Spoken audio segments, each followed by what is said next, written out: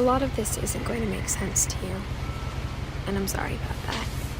I'm just going to start at the beginning, with the house.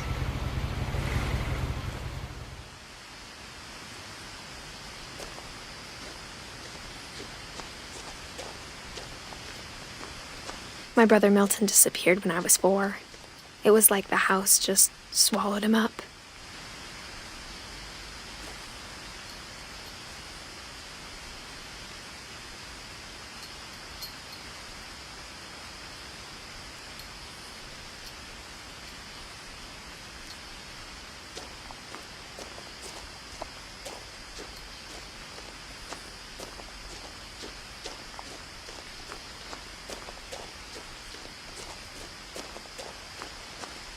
I lived here until I was 11, but I wasn't allowed inside half the rooms.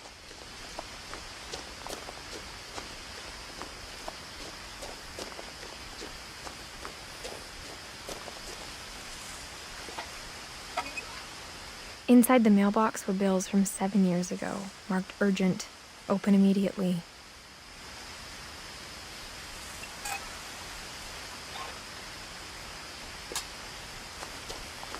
I hadn't been back since my brother Lewis's funeral.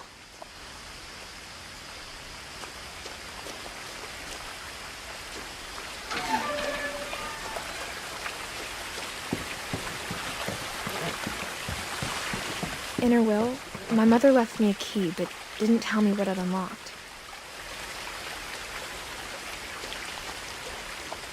Maybe she thought I'd know, or she thought that the mystery would be enough to bring me back.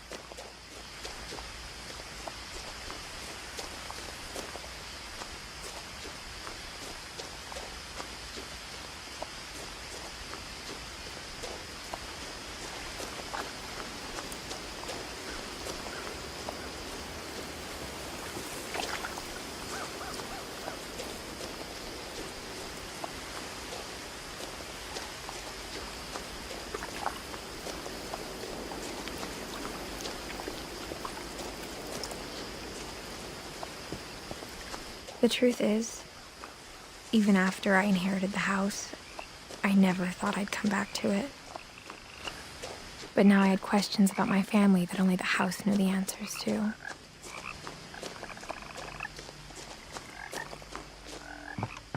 The woods around the house have always been uncomfortably silent, as if they're about to say something but never do.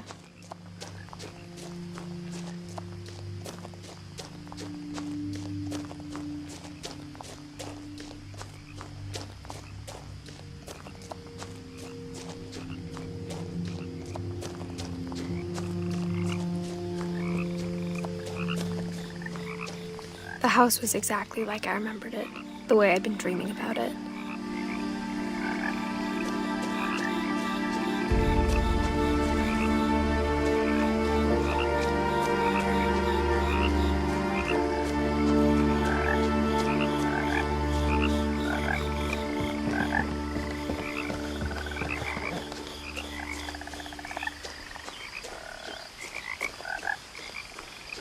As a child, the house made me uncomfortable in a way I couldn't put into words.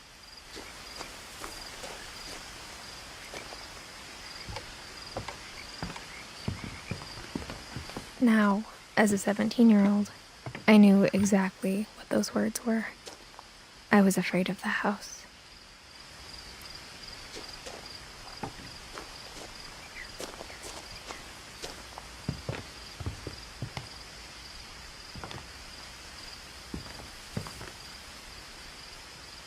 I hoped the key might unlock the front door.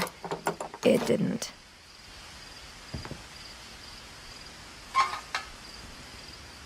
Looking in, I felt like the house itself had been waiting for me.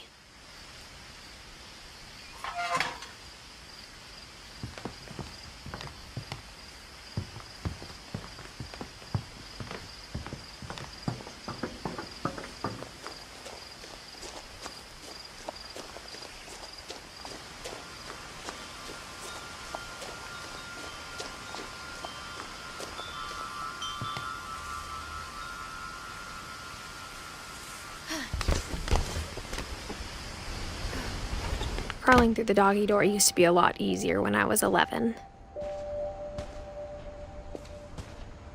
The power had been turned off the night we left.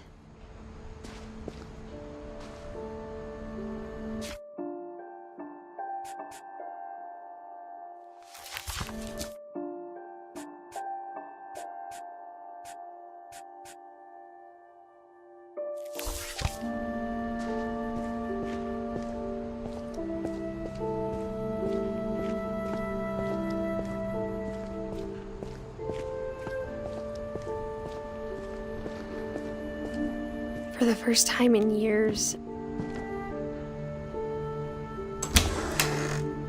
I felt like I was home.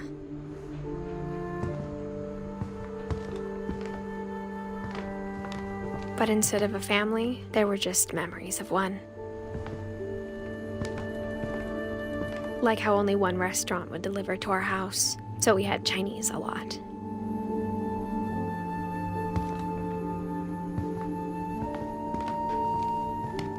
Or how after Louis started working at the cannery, we all got sick of eating salmon. Except our cat, Molly.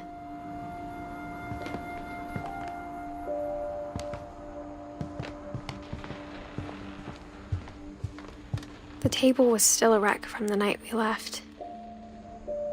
It was like a bomb had gone off, killing everyone but sparing the furniture.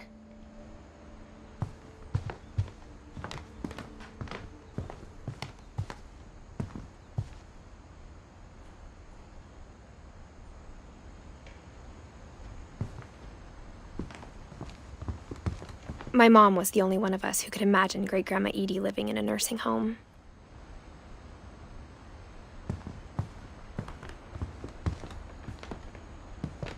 Nothing in the house looked abnormal.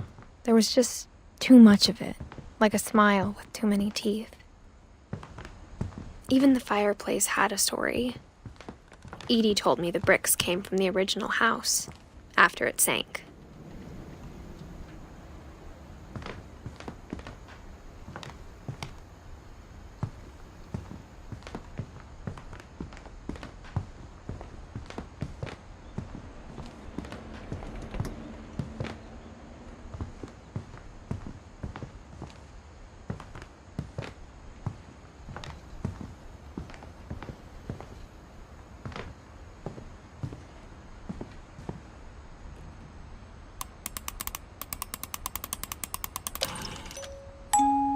Great-Grandpa Sven built a music box for Barbara, along with the rest of the house.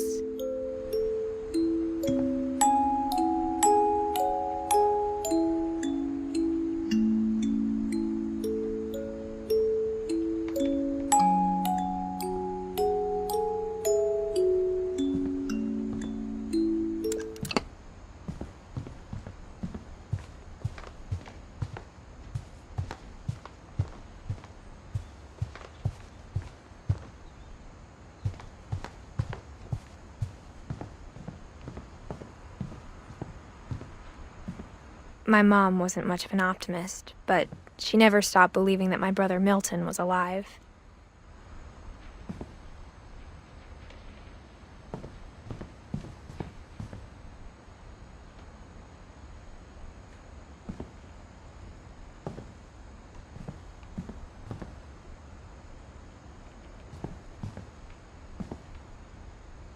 After Milton disappeared, Mom sealed up all the bedrooms. Then Edie retaliated and drilled peepholes.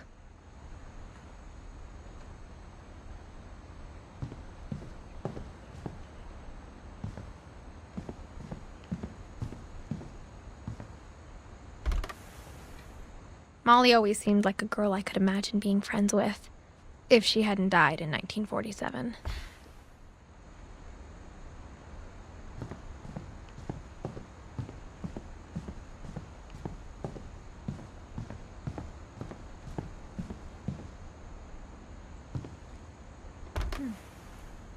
The last time I was in Edith Sr.'s room, I was 10 and she was painting my portrait.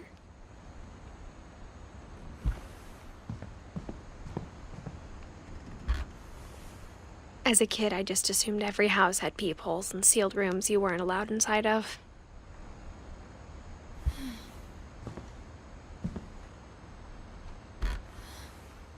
My Grandpa Sam spent 7 years sharing a room with his dead brother, Calvin.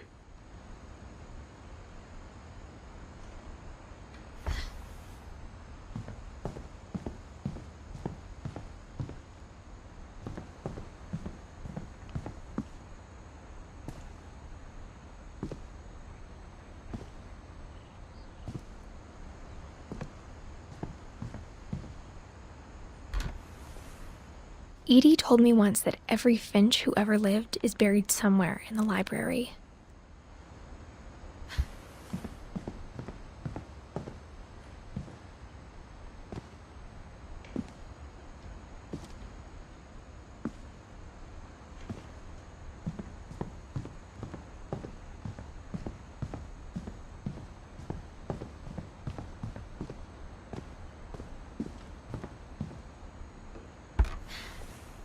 Barbara was a child star for 2 years, until America grew out of it.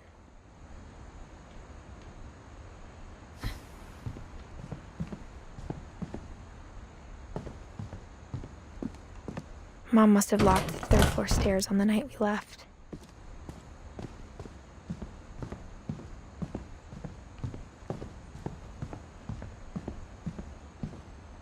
I spent a lot of time playing in Great Uncle Walter's room. I think my mom sometimes regretted not sealing it up.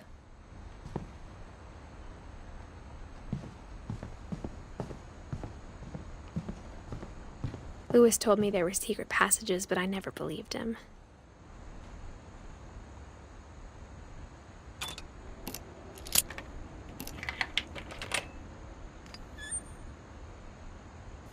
Turns out, my mom was really good at keeping secrets. Now it was time to find out what my mom had been afraid of.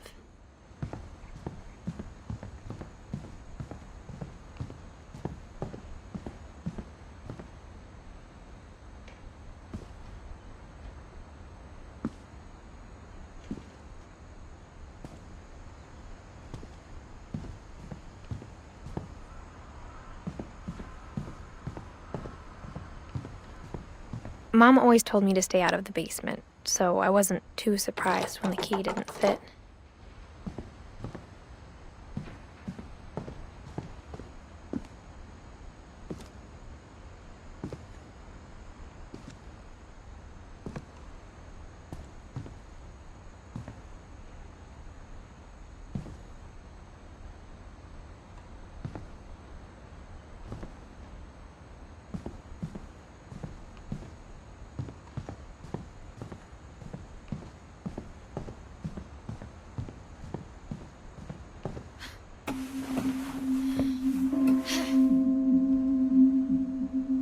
From the paintings on the wall, it was clear my brother Milton had been here before me.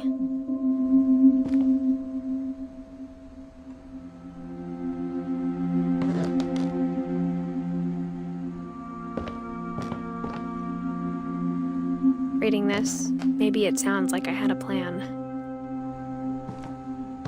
But I had no idea what was behind that door.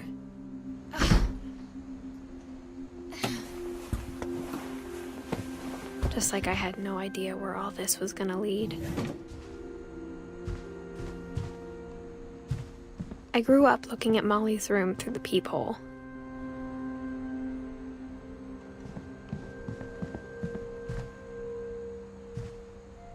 Being inside for the first time, I felt like I'd stepped behind a painting.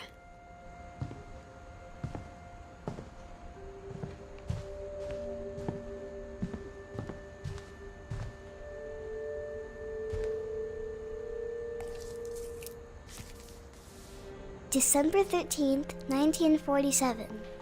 Dear Diary, I'll be gone soon, but I wanted to tell somebody about what's gonna happen. It started when Mom sent me to bed without dinner. I woke up and I was starving, so I looked around for something to eat.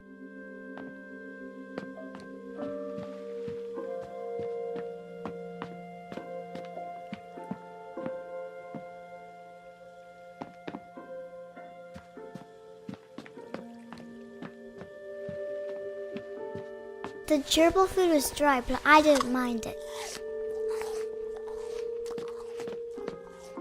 My Halloween candy was all gone. Mom, can I come out now? Sweetheart, it's late. Go to sleep.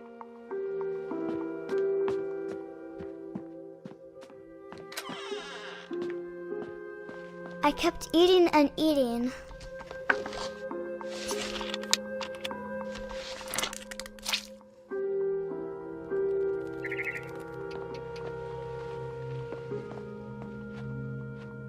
I ate a lot of things that night.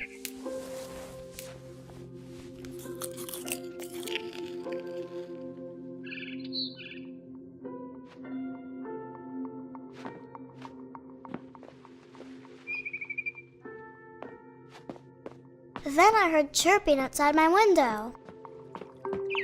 It was a barn swallow going back to her nest. I reached out for her.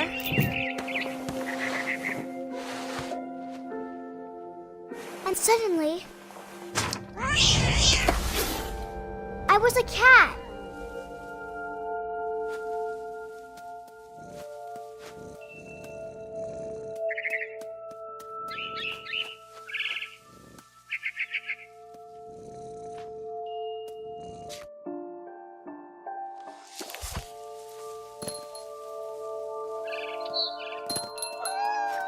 I tried to be quiet, but the bird was really scared.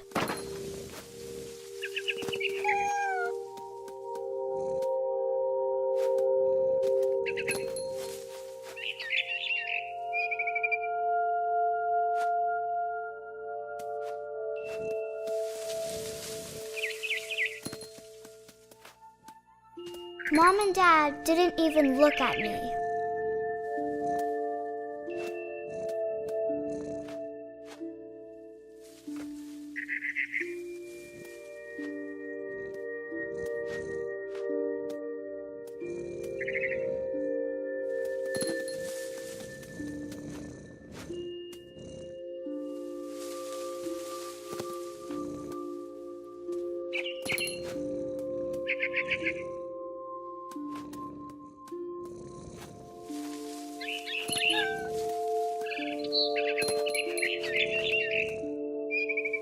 I jumped and I almost got her.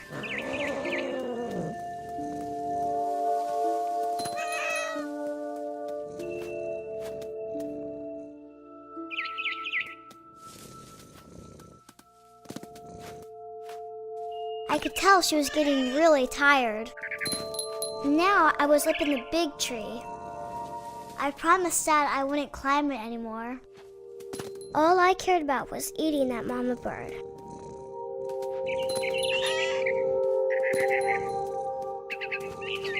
I gobbled her up. And suddenly, I was an owl. First, all I heard was the wind. Then I heard little teeth nibbling in the grass.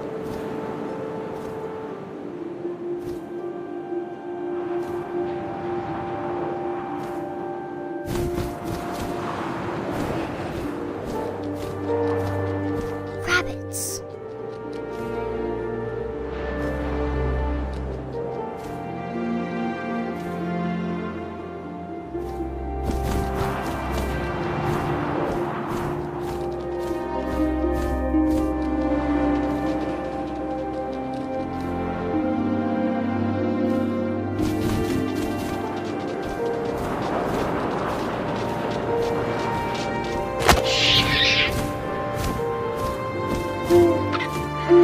His face looking up and seeing mine through my talons. I swallowed him up, and I didn't chew one bit. Then I flew off to find something bigger.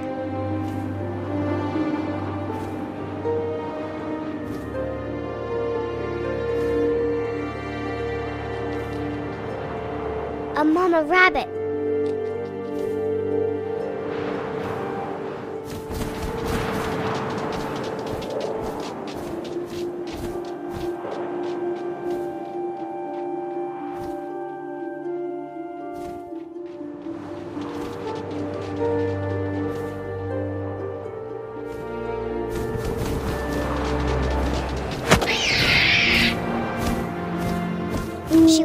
was too big to carry. I started choking, but I couldn't stop eating. And suddenly, I was a shark!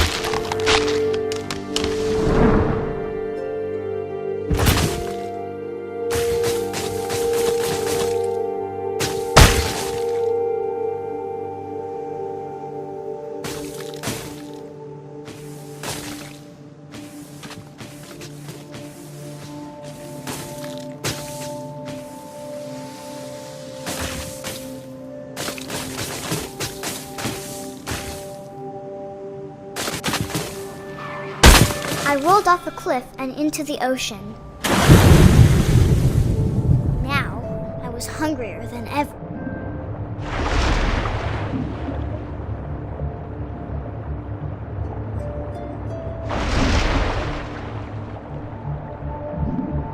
I wanted fat, juicy seals.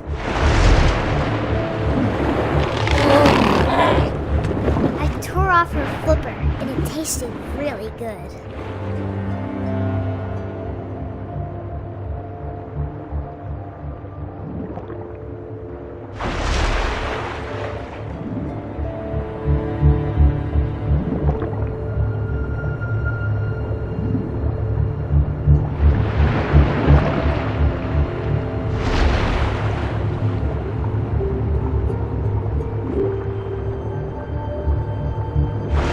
Grabbed on tight, but I was so hungry, I jumped out of the water. When I opened my eyes, everything had changed.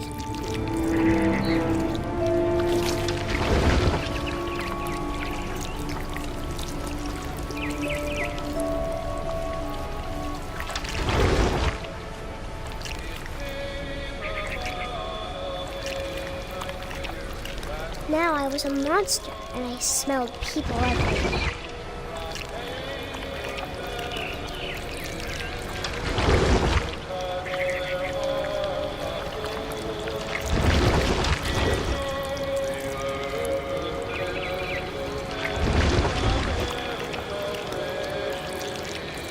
I was big, but I moved real quiet.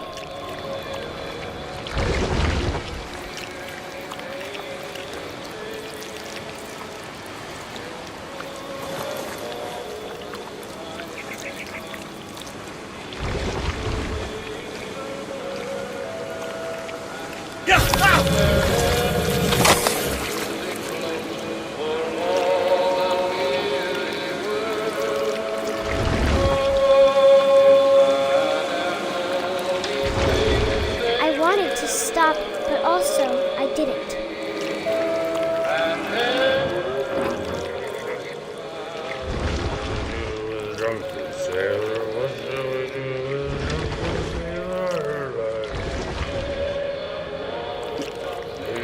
Belly was rusty, his belly was rusty, his belly was rusty,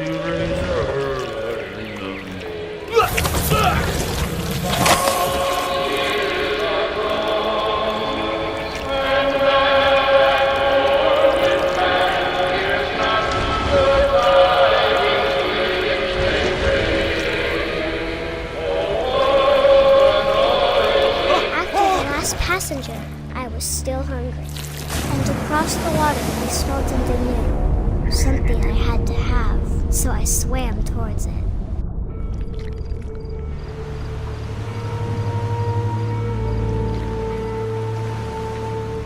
I slithered onto the sand, and the good smell went into an old pipe.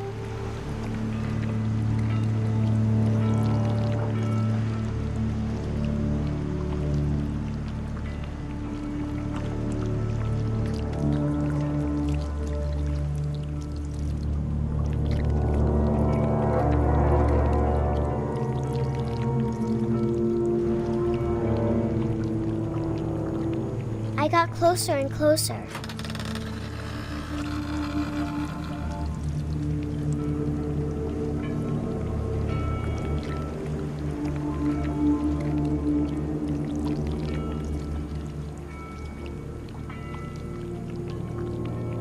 All of my stomach started growling.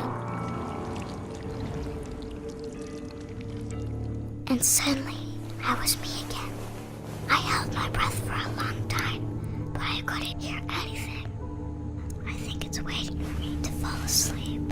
But it's not going to wait much longer. It needs to feed, and we both know I will be delicious.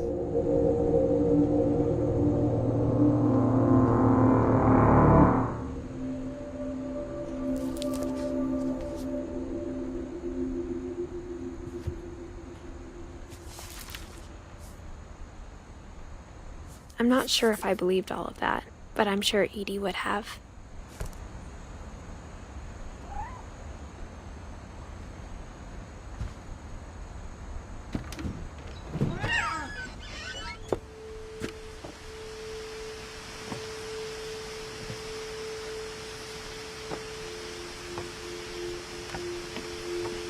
This will be obvious later, but my mom never told me any of these stories. Edie would have, but Mom didn't like bringing up the past. Though, when we adopted a stray kitten, she was the one who named it Molly. I spent a lot of time in Great-Grandma Edie's room.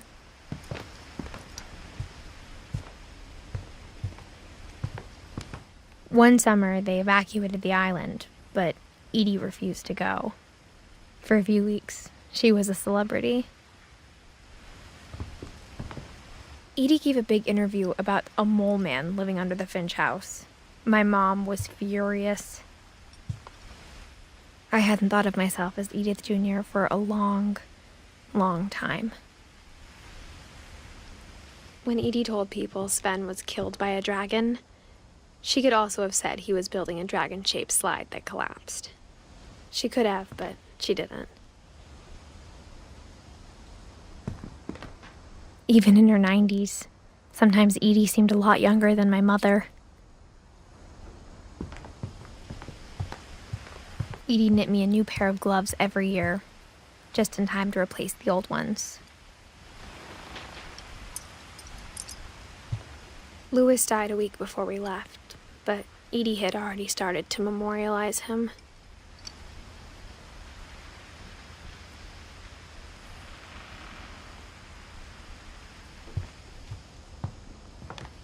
Her room was like a museum.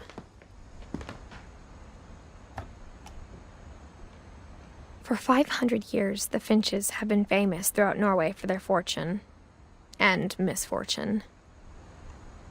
Odin Finch buries the latest victims of the family curse, his wife Ingeborg and their newborn son, Johan. On January 7th, 1937, he set sail with his family and his house, hoping to leave the curse behind. But 40-foot waves off the coast of Washington send the house and Odin to the bottom of the sea.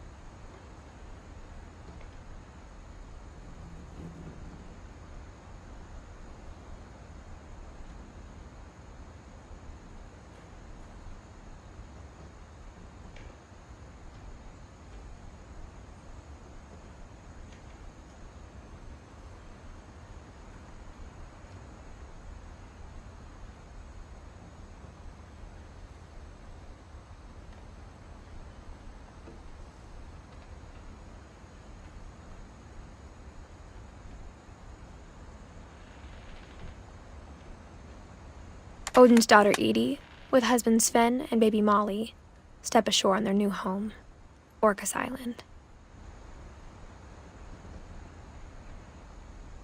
Odin Finch is the first to be buried in the new family cemetery. His daughter Edie is already dreaming of a new Finch house.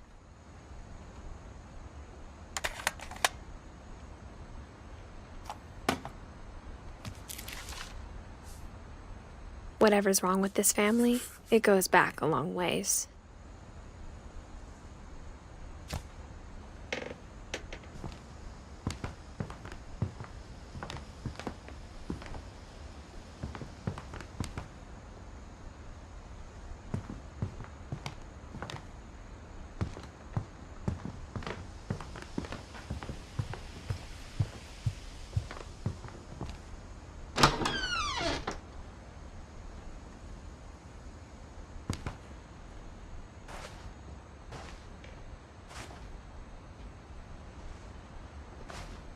The only trace Grandpa Sam's first wife, Kay, left on the house was the pink bathroom. It was a pretty big trace.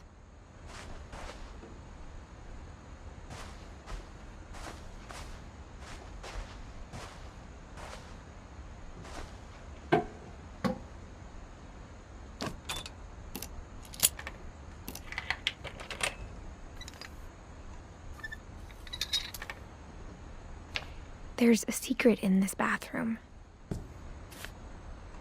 It's in the last place you would look.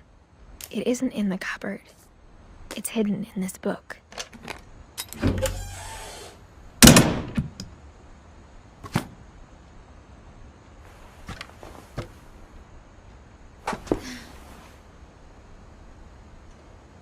Sven gave Sam an old camera he'd refurbished.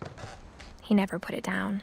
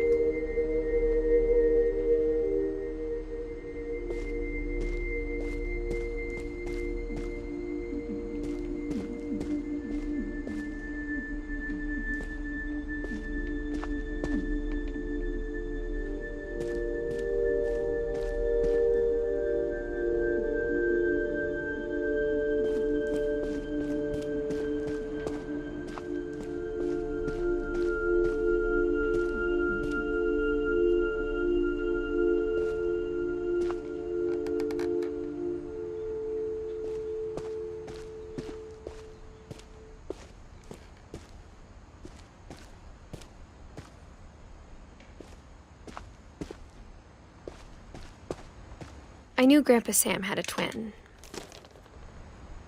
and that he never talked about him.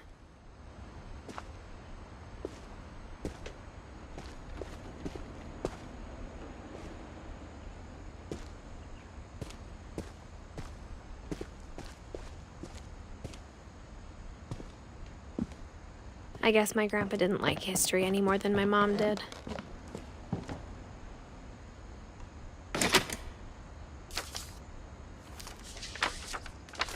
How I Want to Remember My Brother by Sam Finch. The thing I remember is that when he made up his mind, that was it.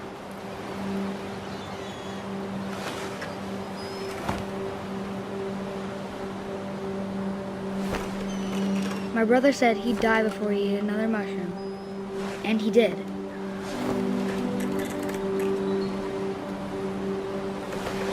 At Barbara's funeral, we swore we'd never be afraid again, and he wasn't. I think Calvin always wanted to fly.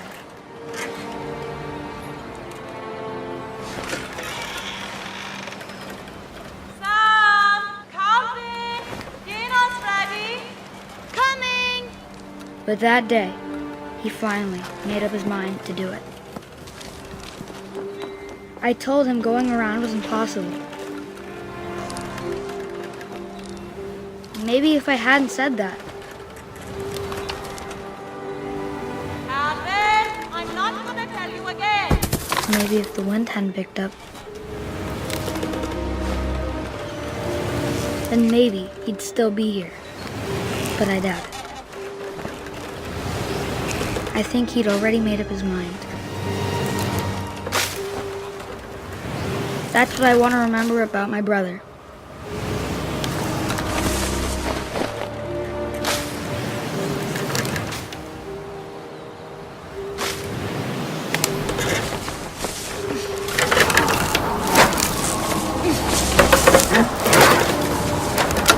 The day he made up his mind to fly.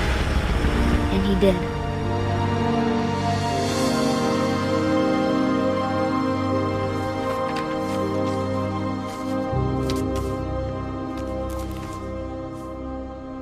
Calvin's story felt strangely familiar. When I was younger, I remember trying to do the exact same thing.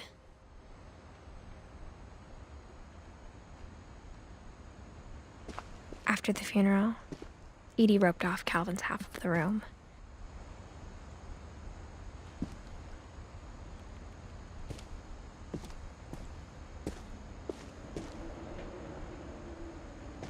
Mom said Grandpa Sam enlisted at 18 and never set foot in the room again.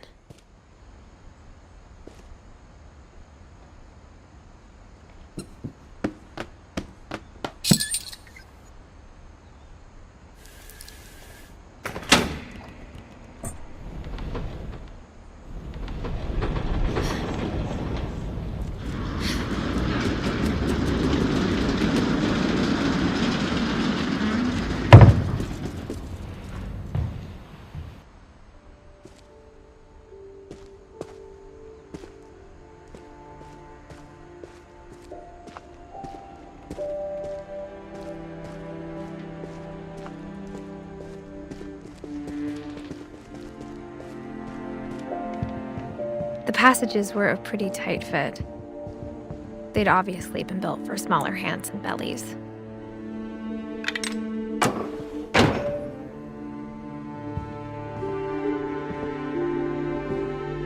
Whenever people ask me about my family, the first thing they always want to know about is Barbara.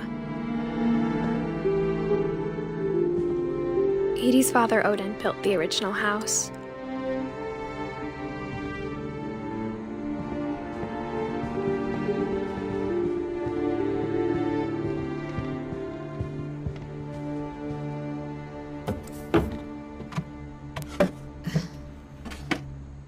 Growing up, I always thought of Barbara as a child star.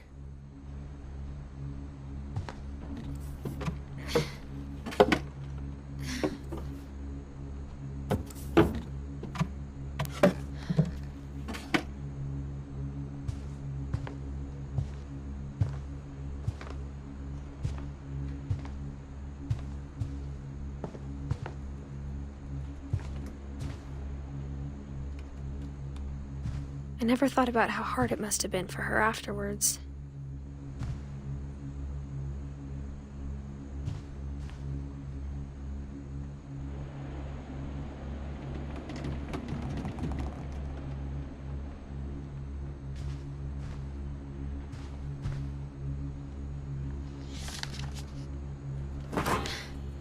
Of all the stories people wrote about Barbara's death, I'm surprised Edie saved this one.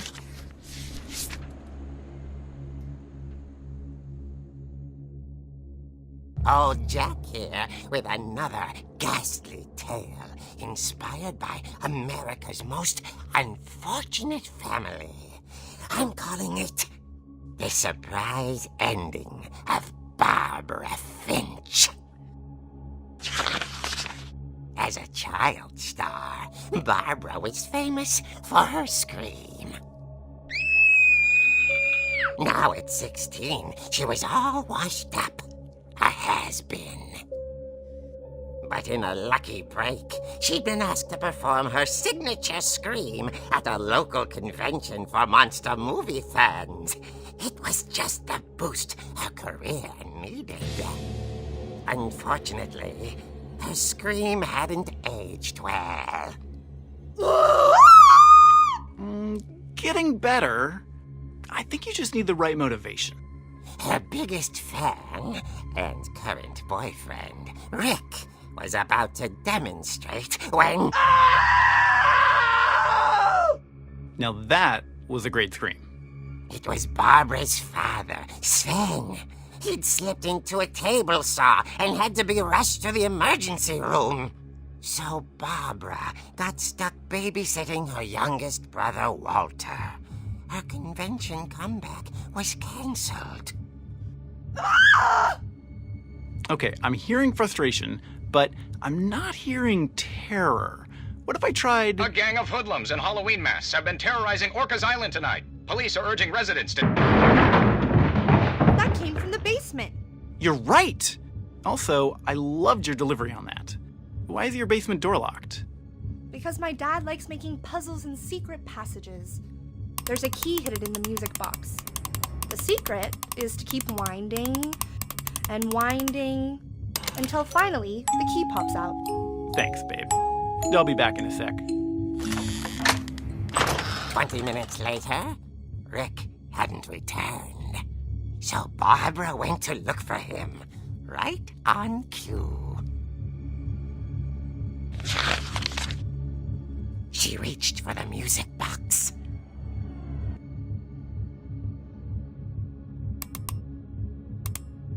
And as she wound the key, she listened for Rick, but the house was silent.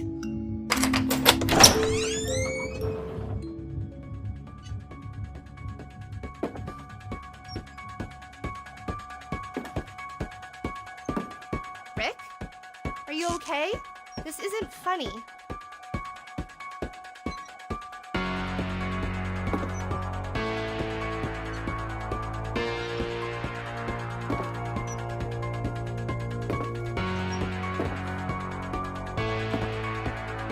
She found Rick's crutch and imagined the worst.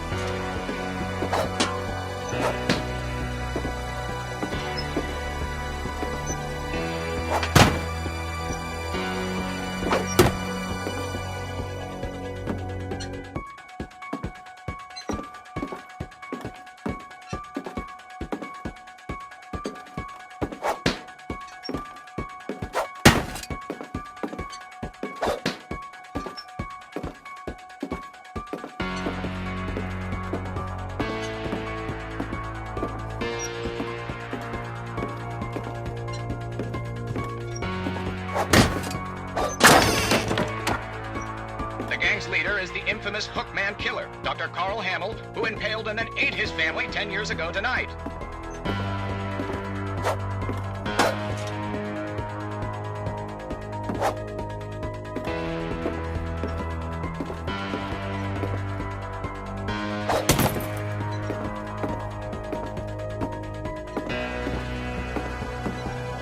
The old fridge rattled and grew still.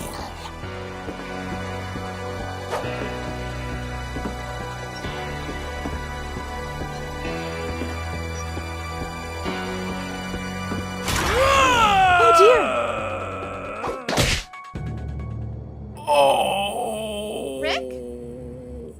Barb, relax. I was just trying to scare you to help you find your scream. Well, I'm not scared, Rick. I'm furious. Then act furious. All I'm getting from you now is that you're hurt and confused and you're... She threw him out, but she kept a little something to remember him by. Barb, have you seen my other crutch? And she was still holding it when she fell asleep watching the late picture show. Hours later... Barbara! Walter, what's going on up there? Ah! Okay, I'm coming up, but if this is a trick, you're dead, Walter.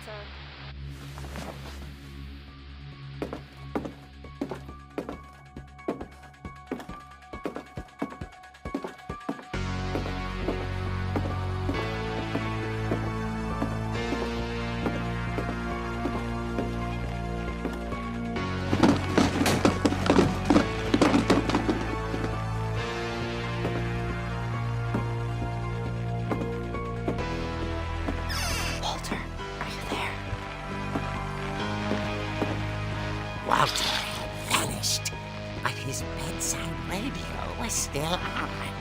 Orcas Island police describe the man as 6 feet tall, with a steel hook for a hand.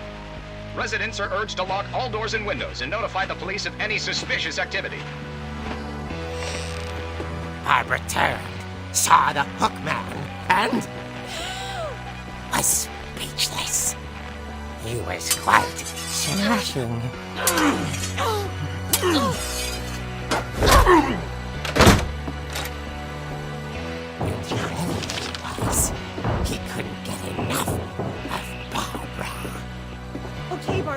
There's gotta be another way out of here. That night, she played her part beautifully.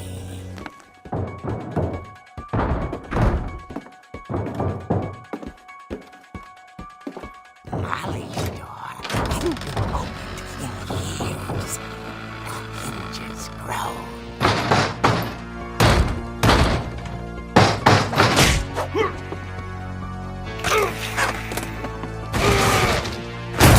He wasn't moving, but she sensed the story might not be over yet.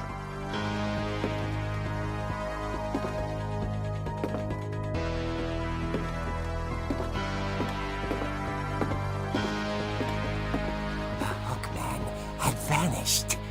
She listened for his breathing, but all she heard was...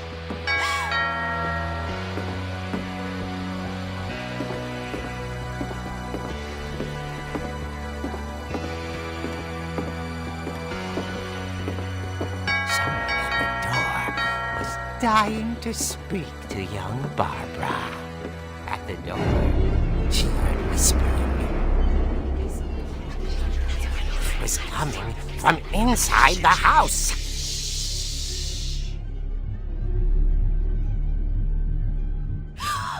Oh dear. The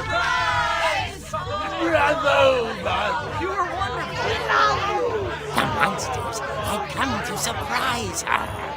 For Barbara, it was a dream come true. Then she saw what kind of monsters they were, and she realized what was about to happen. She was going to be famous. And with her final breath, Barbara Finch gave the performance of her life.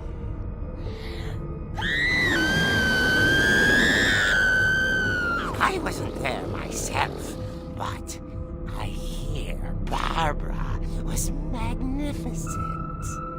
Poor girl. She had a taste for stardom. But unfortunately, so did her fans. Of course, the police blamed it all on poor Rick, who disappeared the same night. And little Walter? Hiding under his bed the whole time. He took it all pretty hard, but that's another story. As for Barbara, tucked inside the music box is all they ever found of her. Her ear. Now that's what I call a real eerie tale.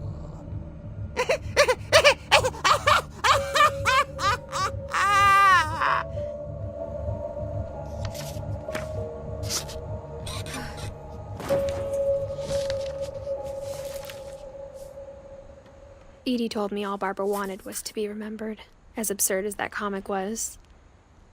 Maybe what Edie saw was a happy ending.